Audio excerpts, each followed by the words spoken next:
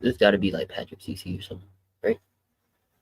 A successful rap career is extremely hard to obtain, yet very easy to destroy. One mistake, one bad album, one tweet could start a ripple effect that leads a rapper to fade into irrelevance. Today we are going to look at the stories of rappers whose careers dwindled for reasons they likely could have prevented, starting with superstar Pride, a rapper who had the fastest and most ironic rise and fall of all In a moment. time. Many of you heard Oh, Superstar Pride briefly in 2023 when his song Painting Pictures went viral. However, it wasn't necessarily viral for the song, but rather his obscure mullet-style haircut. The crazy part about this track is that it was originally uploaded in 2020 and went unnoticed. Mama, don't worry, you raised the... Then 2 years later, when he uploaded the live mic performance video to Painting Pictures, it also fell on deaf ears. It wasn't until 5 months after the music video dropped, February of 2023, that Pride casually created a TikTok, posted the music video snippet, and it blew up. The first clip he posted got 10 million views. The second one did over 40 million views. Bro got the Sonic haircut. Bro looked like he got screamed at. Bro's haircut was 50% off. Nobody was talking about the song, just his hair. Then a viral trend emerged of people imitating his video with something ridiculous taped to the back of their head, which could not be outdone when someone managed to get an entire airplane strapped to their head. The opening line, "Mama, don't worry," was also getting stuck in people's heads, which led to the song amassing 160 million streams on Spotify and over 30 million on YouTube. Painting Pictures shot up to number 25 on the Billboard Hot 100, and every major label got into a bidding war trying to sign him, but he sided with Steve Stout and his independent structured music label, United Masters. And he wanted like $5 million from a label. And when they didn't give him $5 million, they offered him $3 million. He's like, if it ain't $5 million, I'm not signing it.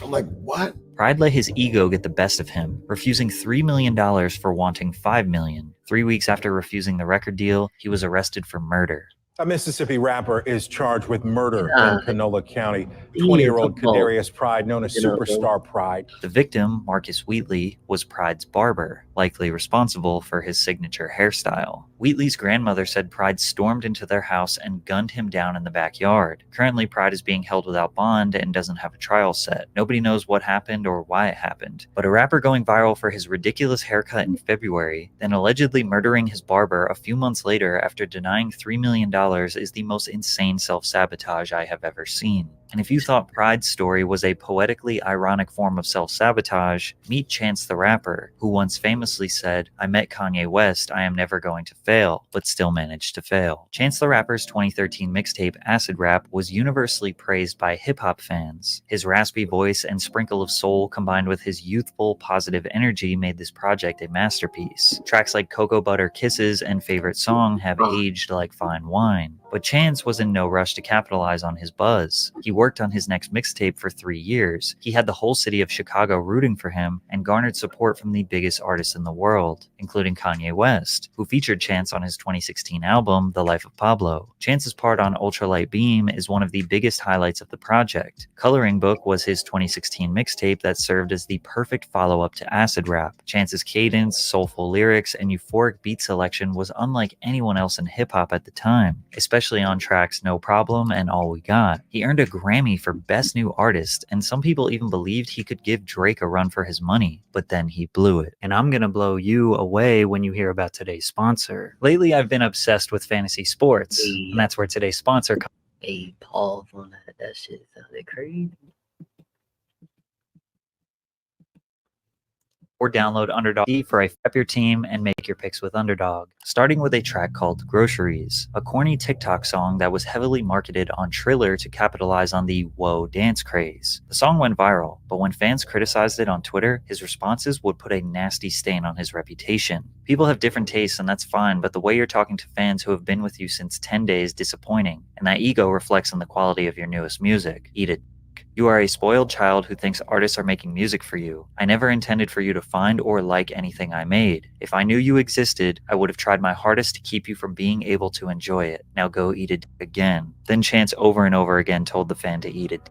This interaction was a far cry from the positive and wholesome Chance the Rapper fans loved. Then he dropped his debut album, The Big Day, on July 26, 2019. The Big Day was a reference to his wedding day, which he was planning during the creation of this album. Chance mentions his wife and family over 20 times on the record, which became a huge meme. And while his intentions were pure, the album simply was not good. I am genuinely feeling like a strong 0 on this record. Fans hated the project as well, and were quick to let him know. On Twitter, Chance would block anyone who poked fun at him or said anything negative about the album. With the influx of hate, he responded with extreme measures. I'm getting this crazy feeling that people want me to end it. These desperate tweets combined with his lazy album would lead to him canceling his 32-city arena tour, saying that he was instead going to focus on spending time with his family, which again sounds understandable, but it was a lie. The tour was actually canceled due to, quote, historically low ticket sales. According to his now ex-manager Pat Corcoran, Chance fired his manager, then blamed him for fan disappointment in the big day and underwhelming fan support for its associated tour. Corcoran would go on to file a lawsuit in November. Nah, let's be real. That shit wasn't hitting. That shit wasn't hitting, man. Damn.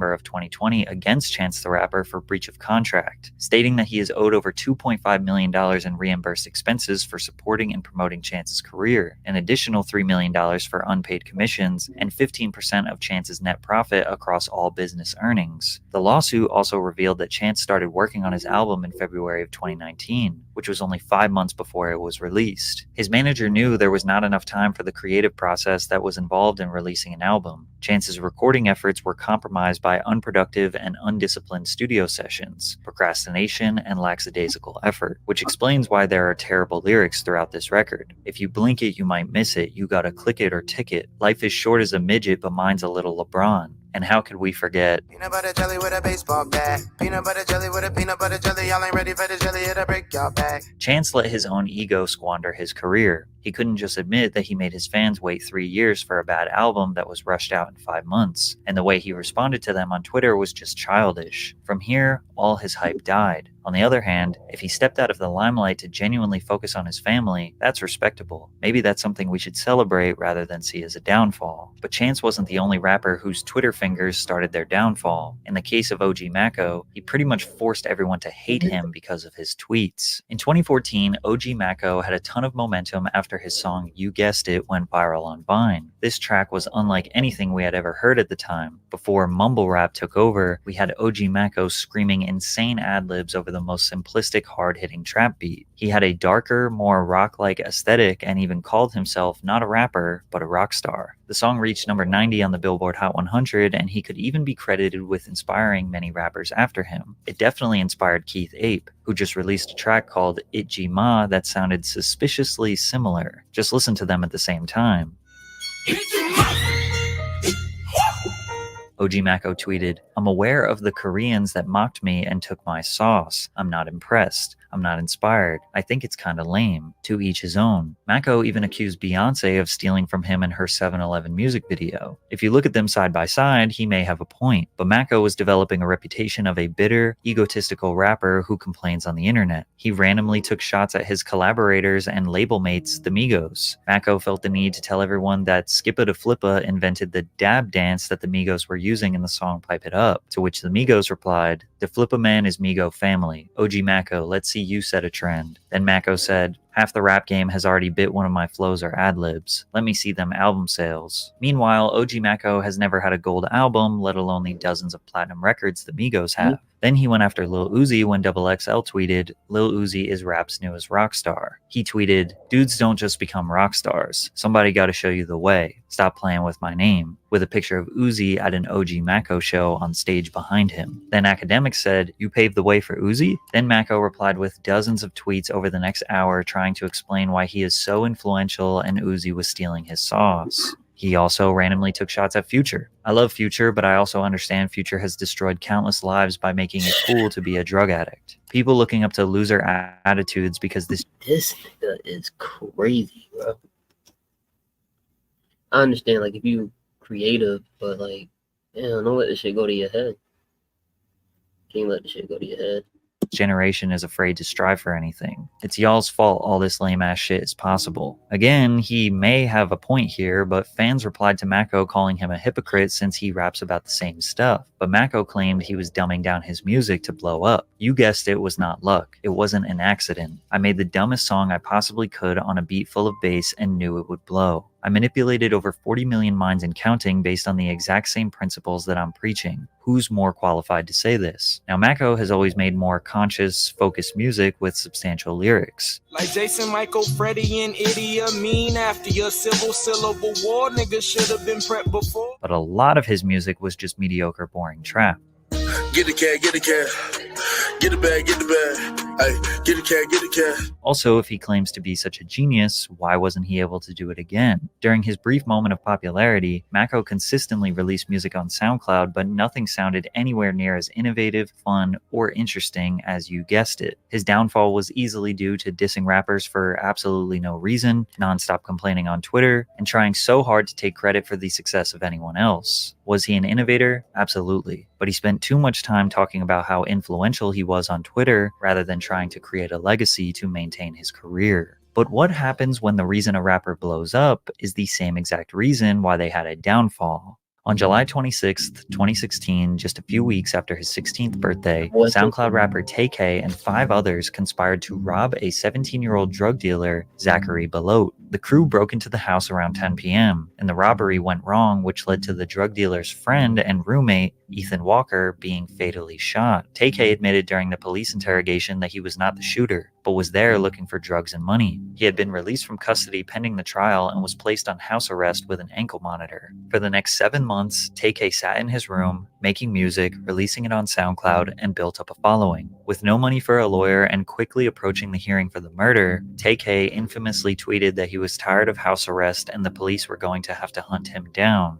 While on the run from the police, TK was very active on social media. Fans posted pictures and videos of him in public. But TK and his friends were desperate for money. He robbed a 65-year-old man named Skip Pepe at gunpoint in Arlington's Craven Park. He then attempted to rob a cameraman named Mark Anthony Saldivar in a Chick-fil-A parking lot. Mark began screaming for help as he tried to escape. Then TK hit him with the car before getting out, fatally shooting him and driving off. San Antonio police connected TK to the murder due to surveillance footage and posted wanted signs around the city. TK saw this as a marketing opportunity, posting pictures and videos with the wanted sign. He then dropped a song called The Race on SoundCloud, which essentially told the story of him being a fugitive, robbing and killing people while on the run from the police. After filming and releasing the music video to The Race, TK was captured by U.S. Marshals in Elizabeth, New Jersey. The shockingly true story led to the 17-year-old exploding in virality. The Race secured hundreds of millions of views on YouTube, reached number 44 on the Billboard Hot 100, and hashtag FreeTK became a movement supported by some of the biggest rappers in the game. He even signed a $700,000 record deal, but none of it mattered because he was behind bars. And in 2019, he was given a 55-year sentence after being found guilty of murder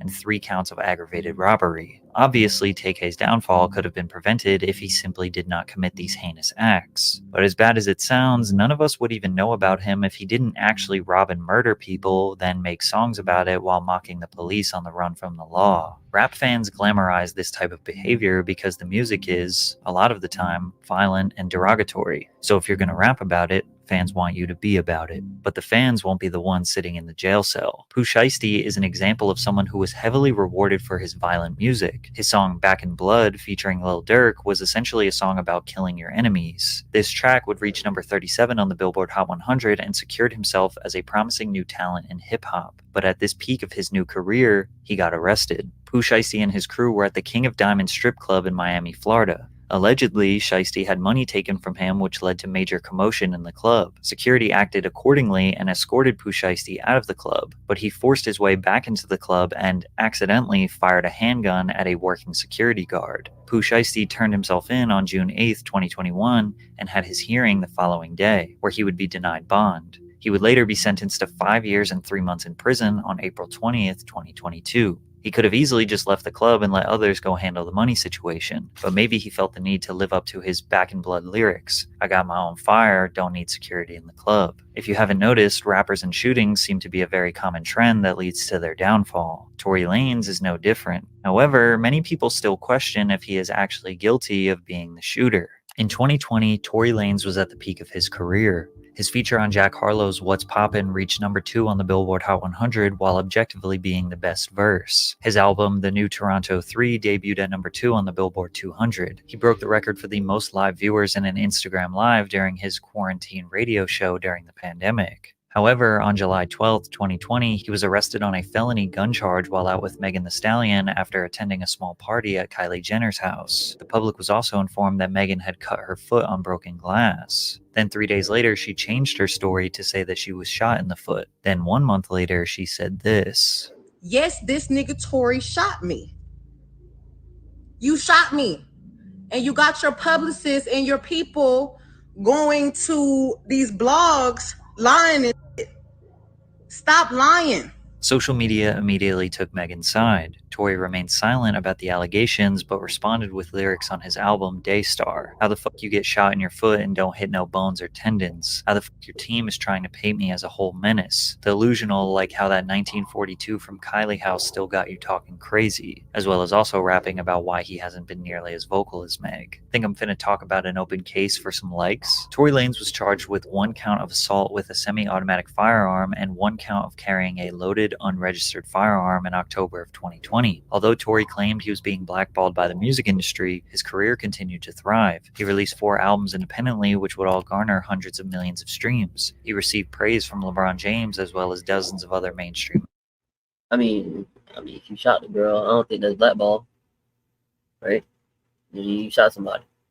Acts. Fans believed if it wasn't for this case, he would have been toe-to-toe with the biggest rappers in the game. But once we finally got the information from this trial, we would end up with more questions than answers. On July 12, 2020, Tory Lanez, his bodyguard Megan Thee Stallion, and her friend Kelsey Harris were attending a small gathering at Kylie Jenner's house. Megan testified that she lied to the police about the glass, lied to doctors, and basically lied about the entire situation out of fear. Her new story was pretty simple. She said that they had an argument, she exited the car, Tory leaned out of the passenger side door, said, "Dance bitch," and shot her from 25 feet away in the back of the foot. Then Tory ran up to her apologizing and she got back into the car so they could give her a ride home. The cops arrived when the neighbors reported the gunshots. Tory chose not to testify and defend himself, which he would later regret. Kelsey, Meg's friend, testified that Tory was trying to hook up with Kylie Jenner and Meg tried to convince him to leave the house. Meg was upset that Tory didn't want to leave, so she got into the car with Kelsey and drove almost all the way home before realizing she forgot her slipper and went back to Kylie's. They grabbed Tory the second time after Kylie allegedly told them to leave. In the car is when Tory admitted that he and Megan had been in a romantic relationship. Kelsey was shocked because Megan was the one who hooked up Tory and Kelsey in the first place. Kelsey also admitted that this was not the first time Meg had backdoored her when it came to men. Now we have a love triangle. And this is how the argument started. But Kelsey pleaded the fifth when it came to speaking about anything regarding the gun or shooting. The government offered her immunity, so she couldn't be charged with any crime even if she admitted to it. She still refused to speak. There was one witness, Sean Kelly, who saw the altercation from his balcony after being awoken by the arguing. Sean said he witnessed Kelsey get out from the backseat, open the front passenger door, and start physically fighting Megan in the front seat. He also said that the muzzle flash from the gun was closest to Kelsey. Much of his testimony was ignored because he couldn't identify the people by name since it was dark. He only said big man, small man, and 2 women. Nobody admitted to hearing the words dance bitch besides Megan. There was gunshot residue on Kelsey's hands and Tory's hands. Also after this night, Kelsey and Megan stopped being friends after being best friends for 7 years. When Tory was initially jailed, he called Kelsey and apologized multiple times to her. I know she's probably never ever gonna talk to me ever again, but bruh, I just want you to know, I was just so drunk. I don't even know what was going on. I'd never do some shit like that. Regardless, that's not going to make anything right, and that's not going to make my actions right. But I'm deeply sorry for that. I never even moved like that at all. People speculated Tory was apologizing for sleeping with both of the women and causing chaos. Others see this as an obvious admission of shooting the gun. Some people think it was Kelsey who was angry and shot Megan. Some people think Megan was the one who accidentally shot her own foot. Some people think that Kelsey pleading the fifth was her attempt to try to save both of them. But at the end of the day, the jury decided he was guilty. And because of that, Tory was sentenced to 10 years in prison. A successful rap career. 10 years. God damn.